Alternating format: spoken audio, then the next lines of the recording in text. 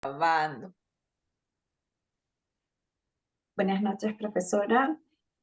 Nuestro grupo, conformado por Fran Saavedra, Elid Jesús Rodríguez, Freidmar León, Betsy Cordero Zabaleta, Charles Arévalo y quien le habla, Rosario Jara, vamos a hablar sobre el tema de la Edad Media, la Edad Media en la península ibérica.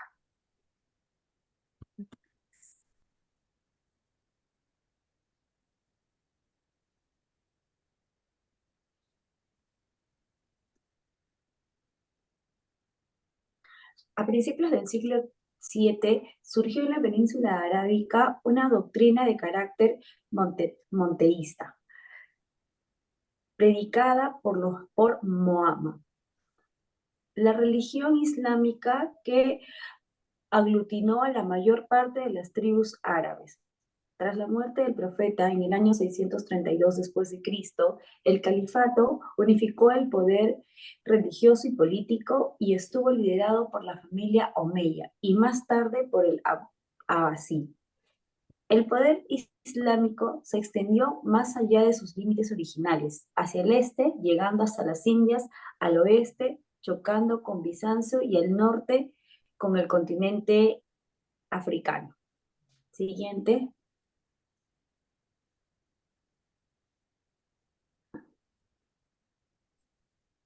La Edad Media en la península ibérica se caracterizó por diversos cambios y transformaciones a lo largo de su evolución histórica. Algunos de sus grandes rasgos estaban divididos en tres periodos: la Baja Edad Media, la, eh, la Edad Media y la Edad Media tardía. Durante la Alta Edad Media, la península ibérica estuvo marcada por la invasión y dominación de los pueblos germánicos, como los visigodos y los suabes. Sin embargo, en el año 711, los musulmanes al norte de África invadieron la península y establecieron un periodo conocido como el Al-Andalus, que duró más de 700 años. Siguiente, por favor.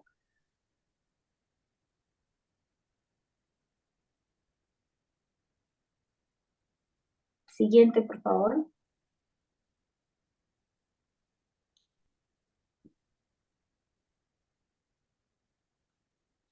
Como mencioné, el Al-Andalus era una provincia dependiente del califato omeya de Damasco, con un gobernador nombrado desde la capital desde la capital. Destaca la inestabilidad política por las luchas entre distintas facciones tribales principales de la invasión, ya que buena parte del ejército invasor eran de origen bereber y a esto se les obsequió con las peores tierras, mientras que la aristocracia árabe dirigente se quedó con la mejor parte. Asimismo, dentro de la aristocracia árabe también había luchas tribales. Siguiente, por favor.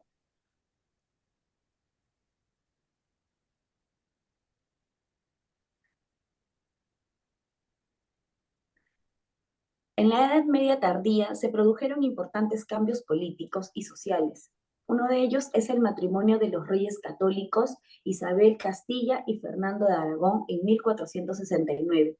Unificó una gran parte, además, la península estaba bajo un solo gobierno. En 1492 se produce la expulsión de los judíos y la culminación de la reconquista con la caída del Reino de Granada. Siguiente, por favor.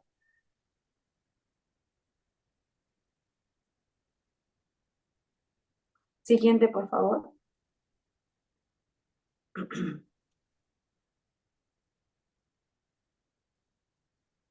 En cuanto a la economía, el sector de la economía se basaba en la actividad agropecuaria, la artesanía y el comercio. En agricultura, los musulmanes aportaron nuevas técnicas de regadío, como las acequias y norías, que posibilitaron la creación de huertas muy productivas. Se mantuvo la producción de aceite, de cereales y se introdujeron nuevos productos como el arroz, los cítricos y el algodón y el azafrán. En la ganadería, la prohibición de hizo retroceder un poco la crianza de ellos, frente a la de las ovejas, asnos, mulas y caballos. La minería continuó la extracción del plomo, el hierro, mármol y oro. Siguiente.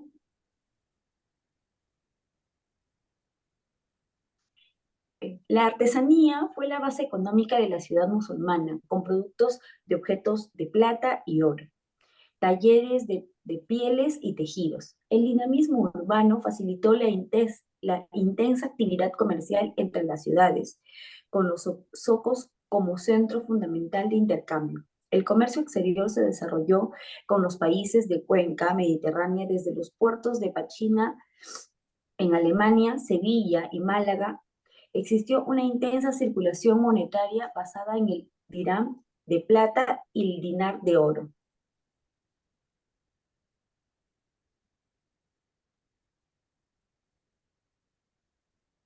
La sociedad andaluz presentaba una notable pluralidad étnica y religiosa. Entre los conquistadores islámicos se encontraban los baladíes.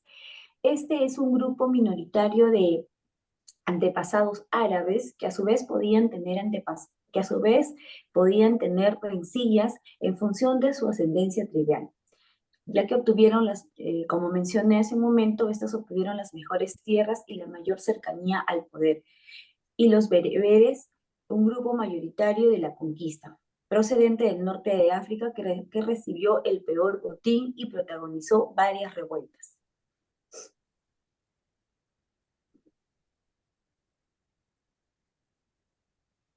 En cuanto a la sociedad y la administración, ella se organizó en torno al emir y posteriormente al califá, encargado de dirigir la política interior y exterior. Para obtener la cúspide del poder judicial y el jefe religioso que preside la oración. El califá estaba asesorado por el achid, que era una especie de primer ministro y hombre de confianza.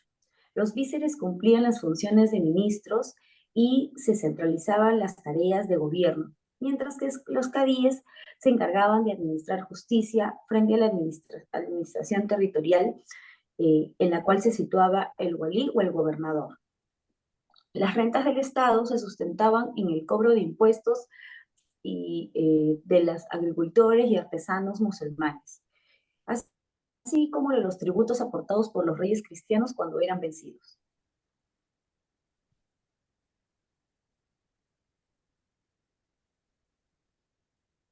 En cuanto a las aportaciones culturales, los árabes introdujeron el álgebra, el ábaco y los principios trigonométricos, además de algunas traducciones importantes del griego. En el campo de la filosofía destaca el cordobés Averroes, a quien se ha valorado por sus comentarios de la obra de Aristóteles y la originalidad de sus pensamientos.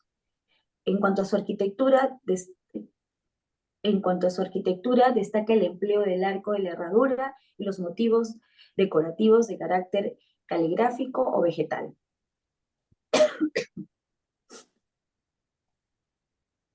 En resumen, la Edad Media en la península ibérica estuvo marcada por la invasión musulmana, como lo comenté, la convivencia de diferentes culturas y religiones, la reconquista y la consolidación de los reinos cristianos. Este fue un periodo de intensos cambios y transformaciones históricas.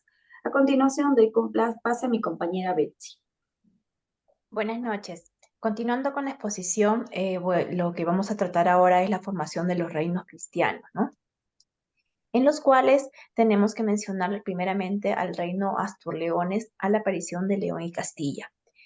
Cántabro, Astur y Vascos habían sido romanizados, ¿no? Los visigodos habían combatido a los vascones. Cuando los árabes avanzan, se encuentran con la resistencia de estos pueblos, ¿no? Cuya estructura social era a cargo de las jefaturas tribales.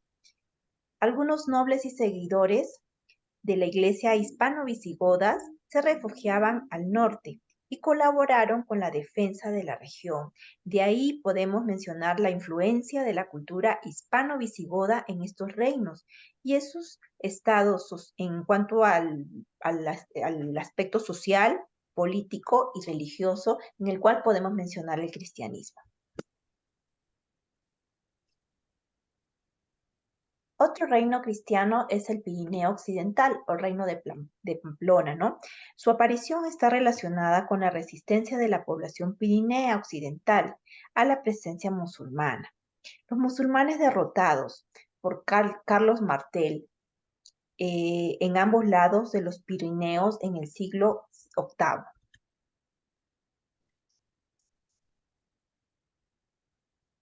Continuando tenemos a los almorávides, ¿no?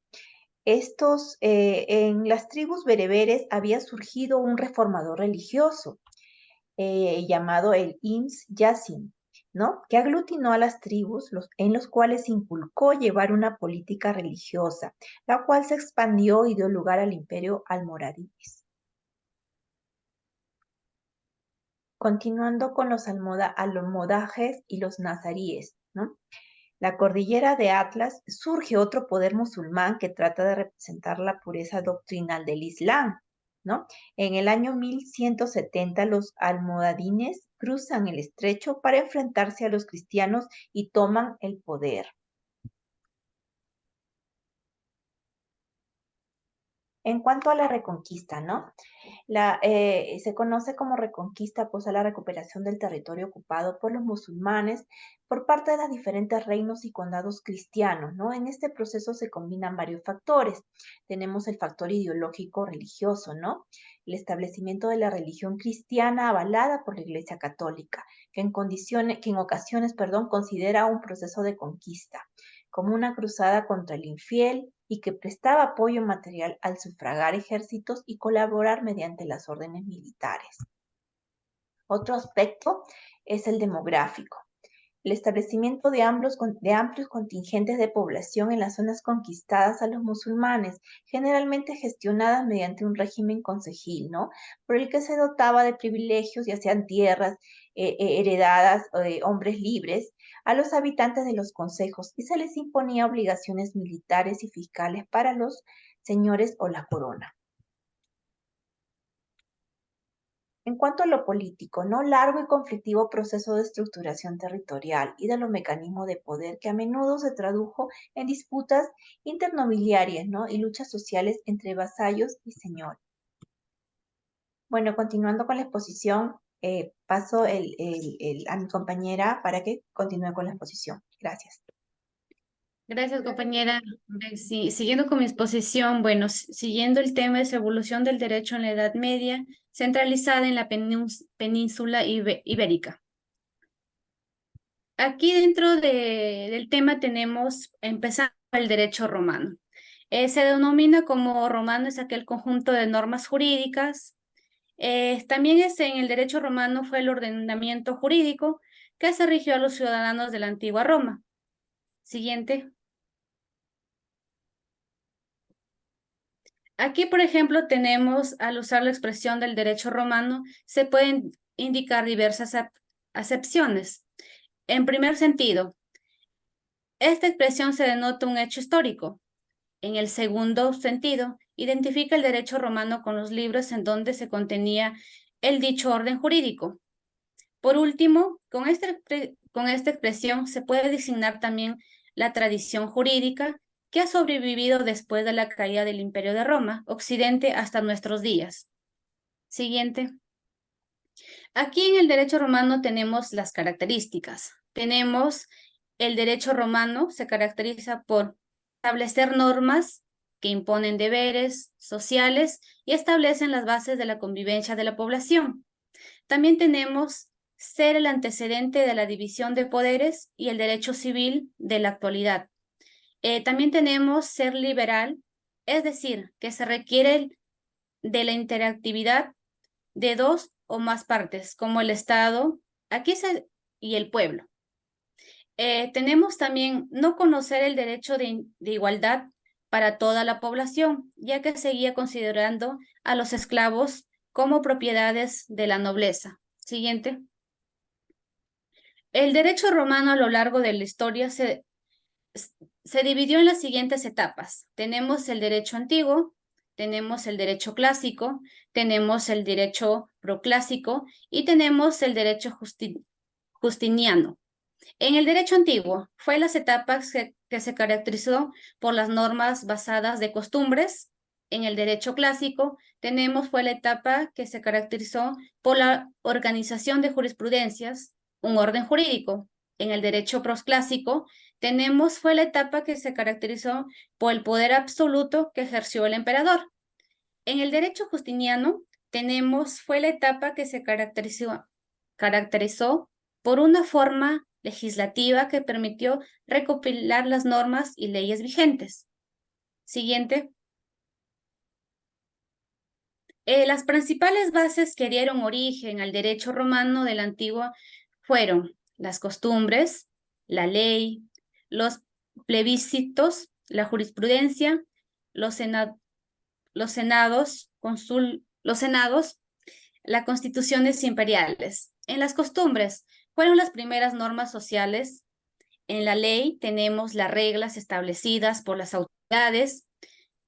En los plebiscitos fueron los procedimientos jurídicos que convocaban a votación popular. Tenemos la jurisprudencia, fue el derecho como ciencia conformada por sentencias y decisiones a cargo de tribunales de justicia. En el Senado, consultos fueron las representantes de clase gobernantes que tomaban deliberaciones en Senado como valor de ley. En la Constitución imperial fueron las normas establecidas por los emperadores. Siguiente. Tenemos acá la fuente del derecho, la fundación de Roma hasta las 12 tablas. La primera de estas fue constituyen las costumbres. Aquí existían los antepasados. Se trataba de un derecho consuetudinario que progresivamente se distinguen las normas morales y religiosas. Siguiente. Tenemos las fuentes de conocimiento. Justiniana. ¿Cómo se pronuncia ahí, chicos? Justinianea. Justiniania. Justinianea. Justinianea constituye el Corpus Ius Civilis. Con este nombre se conoce desde la Edad Media la obra compilatoria llevada a cabo por el emperador Justiniano. Siguiente.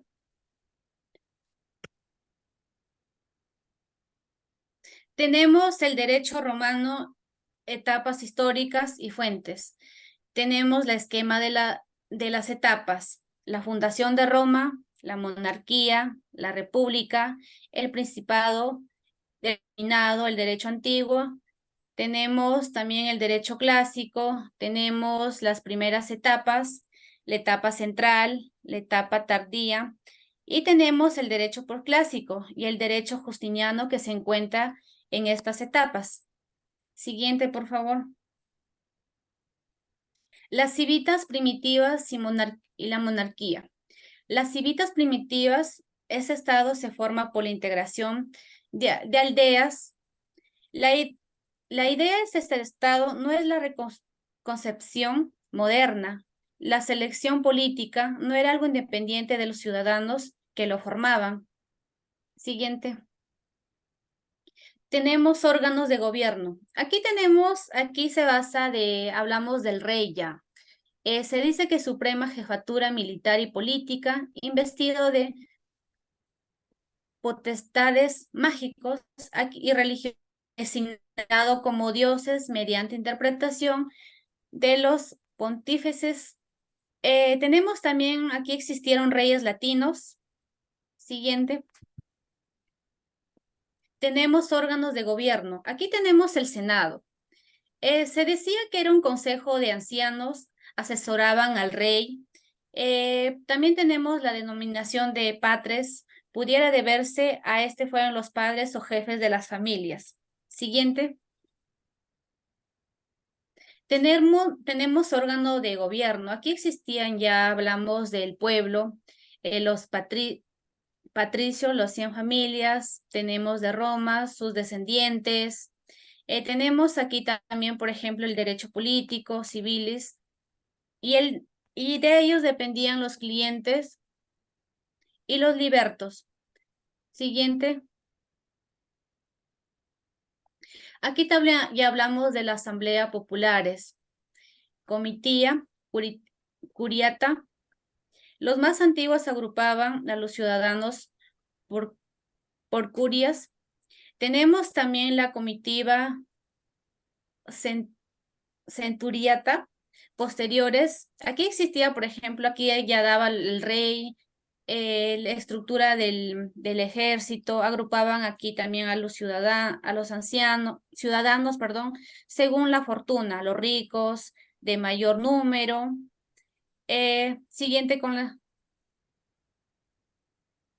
Aquí también existían los civitas, los patricios, la plebeya y la república.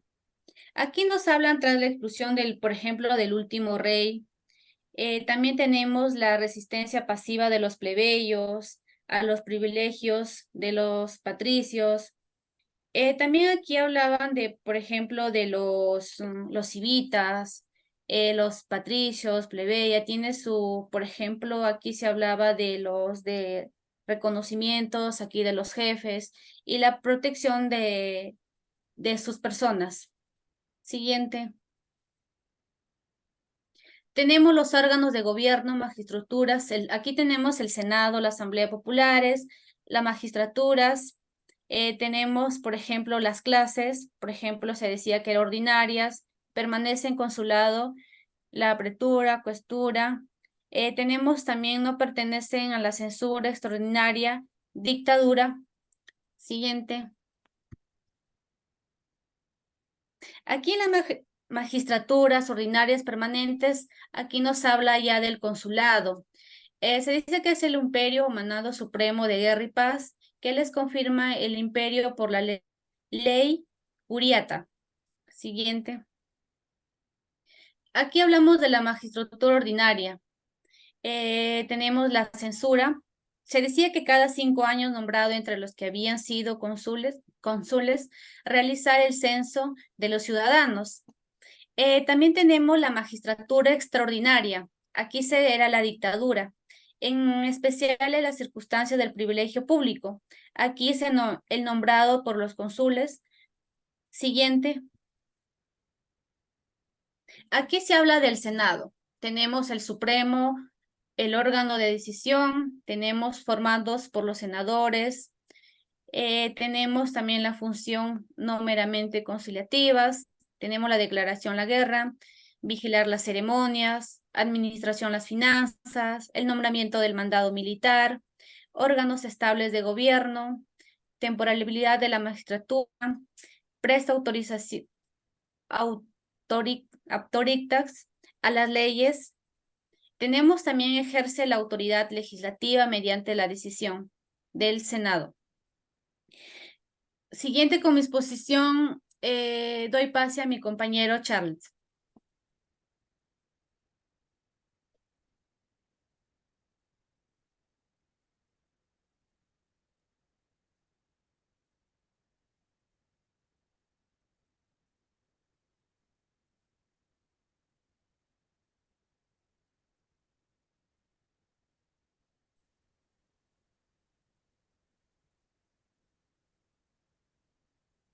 Compañero Charlie, continúe. Tu micrófono, compañera. Ahí está. Muy buenas noches.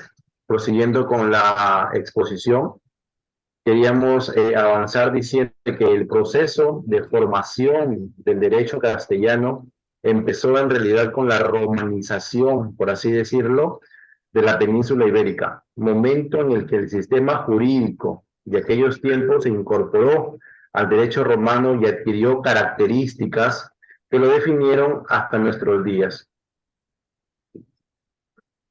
La siguiente diapositiva. El Imperio Universal y el Principado. El principal objetivo de Augusto fue restaurar la República, un nuevo régimen que se inserte en el sistema republicano. Para Augusto, pues, el sistema republicano era lo más conveniente, por así decirlo, para aquel momento, en la Roma, ¿no? Ya que traía consigo la magistratura, el Senado, los comicios y también las ciudades poseen los mismos órganos. Siguiente. El Imperio Universal y el Principado. El proceso de romanización de las provincias en división como imperiales y senatoriales, además también la burocracia, a través de la delegación del príncipe o prefectos, las cancillerías y el concilio. Como podemos ver aquí, el proceso de romanización también incluía, por así decirlo, un proceso en el cual se dividían los poderes estrictamente y se daba, por así decirlo, a las ciudades un orden y una división imperial y senatorial. El dominado. Aquí podemos observar que hay prácticamente una crisis, por así decirlo, de valores con una preeminencia de los militares. Hay una fuerte influencia oriental, hay una fuerte influencia oriental, ¿no? Siguiente. La fuente del derecho. La forma de producción del derecho, órganos que tenían la función de crear las disposiciones jurídicas en cuanto se materializan en textos son también conocidas como la fuente de conocimiento. Asumen aquí un valor diferente en las sucesivas etapas, el derecho antiguo y preclásico. Aquí vemos las tablas, la ley de las 12 tablas. El derecho clásico a través de la jurisprudencia y el derecho posclásico con las constituciones imperiales. La fuente de derecho antiguo y preclásico. Tenemos el Mores Marium y las Leges Regia. Adelante. La ley de las 12 tablas o código decemviral. Aquí hay una separación del ius y del fac, y según la tradición, su creación sigue el siguiente proceso. 1. En virtud de las reivindicaciones plebeyas propuestas en 461 años antes de Cristo. En 451 a.C. se redactan 10 tablas por un colegio de decemviros. Y en 450 a.C. un segundo colegio decemviral, ya con plebeyos, redacta las otras 2. Tiene un estilo riguroso, sencillo y lapidario con marcado formalismo, ¿no?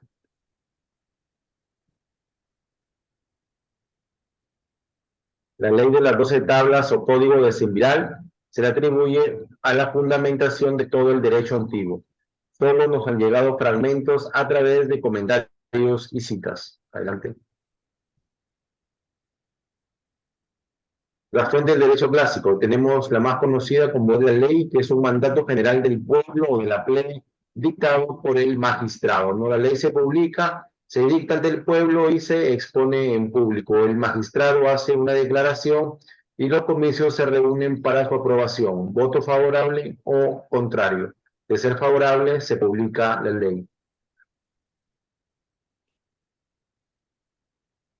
Las partes de la ley tenemos el prescripto, el rogacho y el sancio.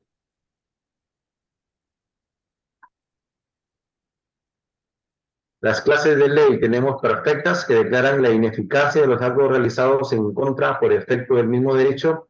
Las menos que perfectas, que el acto no es nulo, sino que imponen una pena o sanción por la infracción. Y las imperfectas, que no disponen nada, pero sirven de base a recursos de la jurisdicción pretoria, por excepción.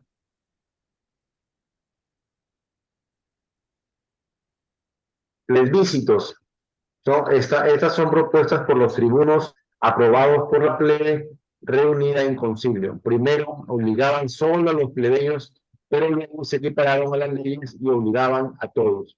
A partir de la equiparación de las leyes se les llama indistintamente leges o plebiscita. La fuente del derecho clásico. Seguimos con el Senado consulto. Es lo que el Senado autoriza y establece. Al principio, el Senado solo prestaba sus autocríticas a las leyes comiciales. Al final de la República ejerce actividad legislativa propia de los Senados consultos. Los Senados consultos. Se duda si es que eran fuentes. Como simple consejo del Senado, no era fuente del ius civil. Debían ser complementadas por la jurisdicción pretoria mediante excepciones y ficciones. Sin embargo, se acabó admitiendo que fueran realmente fuentes.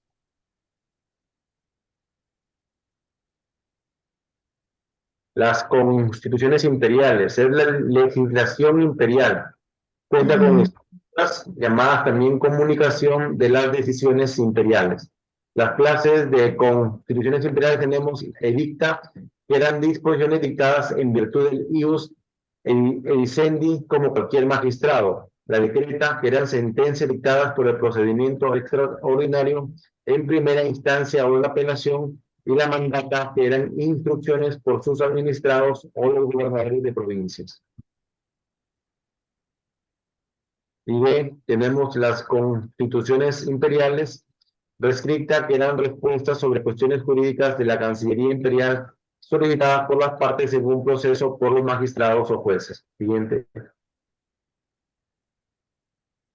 Edictos. Los edictos del magistrado sobre cuestiones de su competencia se refieren al pretor, figura creada para administrar justicia separada de los cónsules.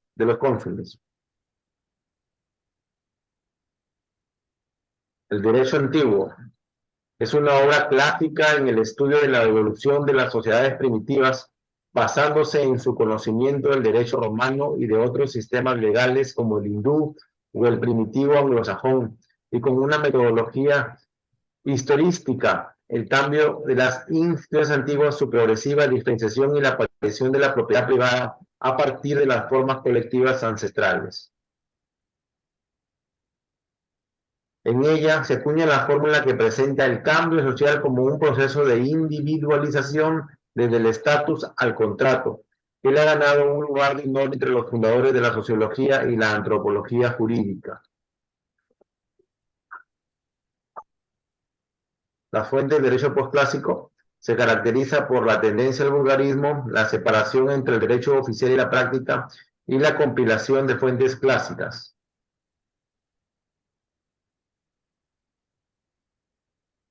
El Corpus Juris de Justiniano. A partir del siglo V, el Imperio de Oriente se vuelve hacia el clasicismo gracias a el arraigo de la cultura helénica de gran tradición cultural, a la conservación de los clásicos y la gran consideración en que se tenía a la enseñanza del derecho. La Edad Media en la península ibérica. Hispania o España fue invadida por pueblos germanos. Y en 410 otro pueblo germano, el visigodo, saqueó Roma, señalando desde aquí la decadencia del Imperio Romano Occidental. Con este evento se marca tradicionalmente el comienzo de la Edad Media europea. La Edad Media es el periodo histórico que abarca desde la caída del Imperio Romano de Occidente en el año 476 hasta el descubrimiento de América en 1492. ¿Cuál era la teoría que regía en la península ibérica? En la península ibérica regía la teoría teocéntrica. Se consideraba a Dios como centro de todo el universo. La iglesia estaba presente en todos los aspectos de la vida, en la sociedad, en la política y en la cultura.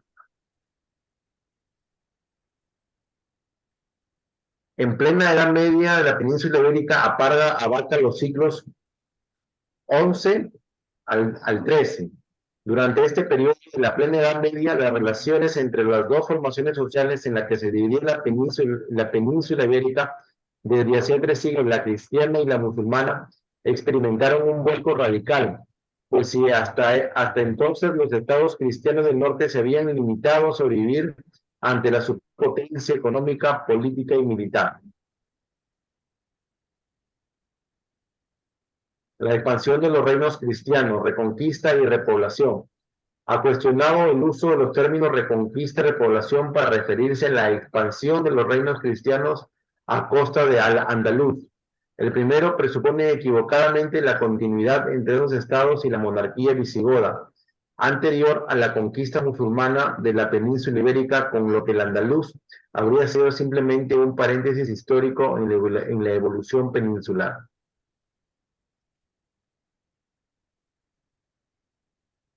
Desde sus inicios se respetaron las instituciones y las leyes propias del Condado de Barcelona y del Reino de Aragón, y a partir de su constitución estarán regidos por una misma dinastía. Al producirse la expansión de la Corona de Aragón, dos nuevos estados se añadirán a la Confederación Catalana Aragonesa Primitiva, que se dotarán de sus propias instituciones y leyes.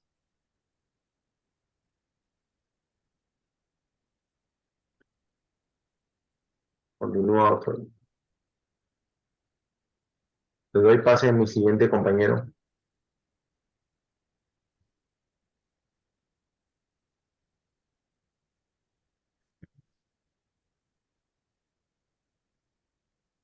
Le doy pase a mi siguiente compañero. Compañera Bexi puede avanzar. La otra diapositiva.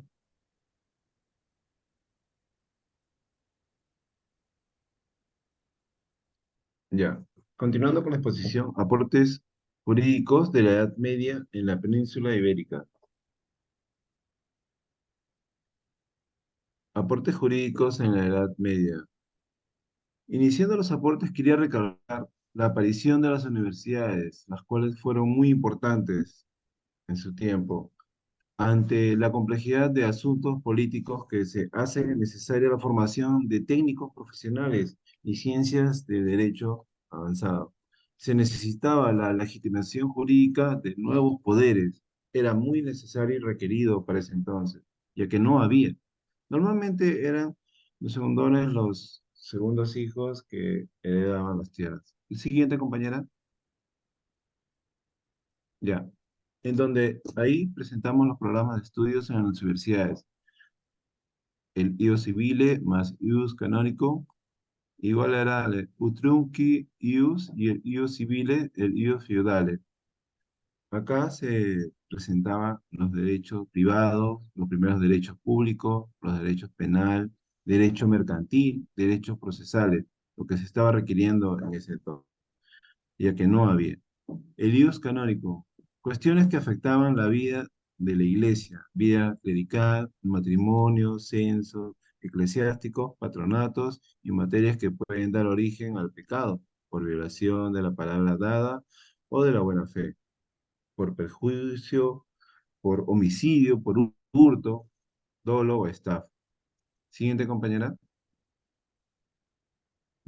Ya. Acá aflora el papel de los juristas. Iban a las universidades para adquirir competencia profesional y ser capaces de poder asumir niveles de mando, nuevos ordenamientos que ya se estaban creando en este entonces. Necesidades afines del siglo XII, los más importantes son Bolonia, Padova, Perugia, Napoli, Tours, Orleans, Valladolid y Salamanca. ¿Qué instituciones jurídicas nacen en la Edad Media? Entre ellas se contaban los organismos del gobierno del reino, siendo los conceptos de escala local, los tribunales de justicia y los grandes poderes feudales, tanto nobiliarios como religiosos. En el orden jurídico, genuinamente medieval, basado en un sistema de valores que reflejan la vida cotidiana, se resalta, por ejemplo, el libro de Paolo Grossi, titulado El orden jurídico medieval. Es un autor donde realiza una monografía elemental sobre el sistema jurídico imperante en el medioevo. El primer punto sobre Grossi constituye la base de nuestros viajes es el de la idea de la existencia de la mentalidad genuinamente medieval, lo cual tiene una cierta conformidad dentro del campo del derecho privado en un territorio comprendido básicamente por Europa continental y la más específico por Italia centro-septentrional. Para recalcar también unos aportes en la Edad Media, ¿no? Que también está en la actualidad. Pese a este extraño momento para la ciencia, lo cual se crearon grandes inventos. Es un recalco. Avances en la física, química, medicina, que sirvieron como base para investigaciones modernas. Algunos inventos de esa época, que fueron principalmente como el papel, la pólvora, la imprenta, la brújula, ¿no? Es una acotación, ya que en especial la imprenta fue lo que recalcó bastante, ya que fue un medio para una mayor educación, ya que se podía recopilar información y no pasaba a un olvido, ¿no? Siguiente compañera. ¿Cómo eran las leyes o normas en la Edad Media? La ley terminaba con las referencias cronológicas y fecha y lugar de expedición, así como las firmas del rey y el escribano que había redactado el documento, ¿no? Estas firmas eran las que otorgaban validez jurídica a la ley, eran el símbolo de la procedencia real de ley otorgada por el rey, el pueblo por su sola voluntad, lo cual utilizaban un sello en sus partituras. A continuación, cedo mi pase al compañero Freidmar. Gracias, compañero. Continuando con la exposición, voy a conocer los aportes no jurídicos de la Edad Media refiriendo en la península ibérica.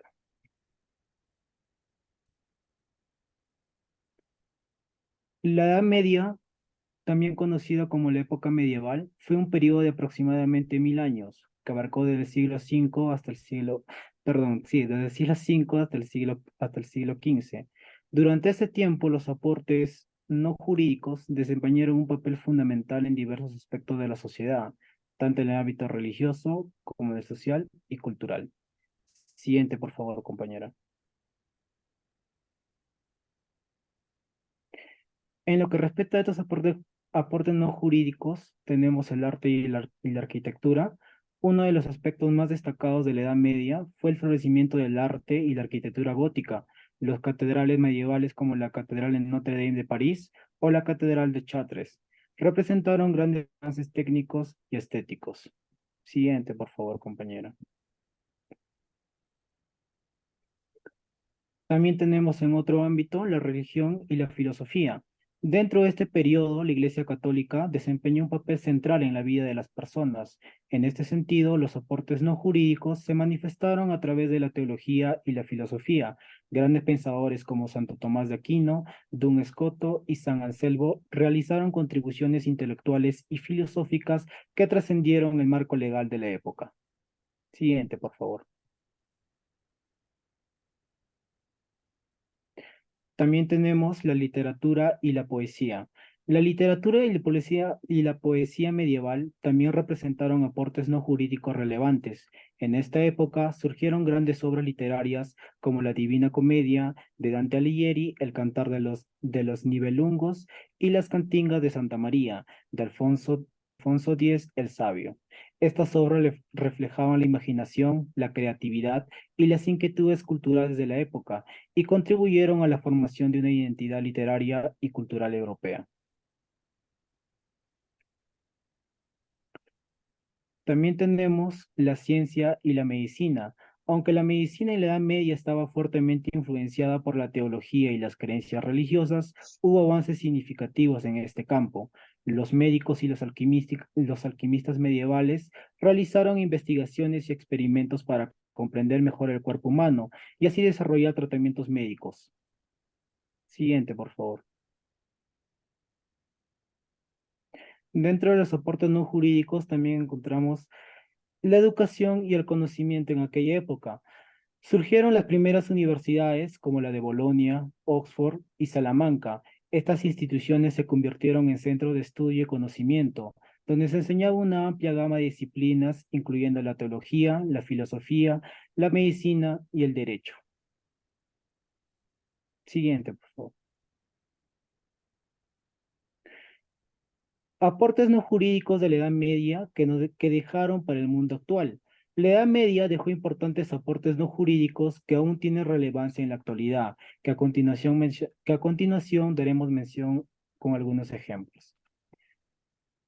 Uno de ellos sería el avance científico y filosóficos. Los trabajos filosóficos como Santo Tomás de Aquino y Guillermo de Ockham sentaron las bases para el pensamiento lógico y racional que se mantiene hoy en día. También tenemos la herencia arquitectónica. La arquitectura gótica, con sus imponentes catedrales y estructuras, dejó un legado duradero en estos principios y técnicas arquitectónicos, desarrollados durante el periodo, también incluyeron estilos posteriores. Siguiente, por favor.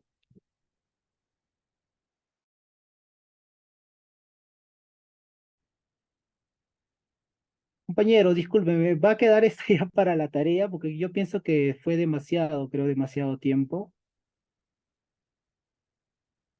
O continúo nomás. ¿Me escuchan, compañeros? Machaut dejaron un legado musical que todavía se estudia en la actualidad. También tenemos las universidades y educación. Las universidades medievales como las de Bolonia, Oxford y París sentaron las bases.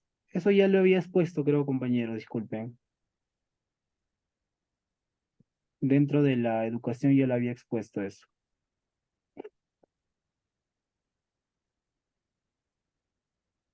Conclusiones. La Edad Media fue un periodo de aporte arquitectura medieval siguen siendo admiradas por su belleza y complejidad técnica. La filosofía y la teología desarrollaron sistemas de pensamiento que influyeron en el pensamiento europeo durante siglos. Aunque la ciencia y la medicina en la época medieval no alcanzaron los logros de la antigua Roma y Grecia, hubo avances significativos y un compromiso con la preservación de conocimiento antiguo. La literatura y la música medieval produjeron obras maestras que han perdurado a lo largo del tiempo. Estos aportes no jurídicos en la Edad Media reflejan la riqueza y la diversidad cultural de ese periodo y su impacto en el desarrollo posterior de la sociedad.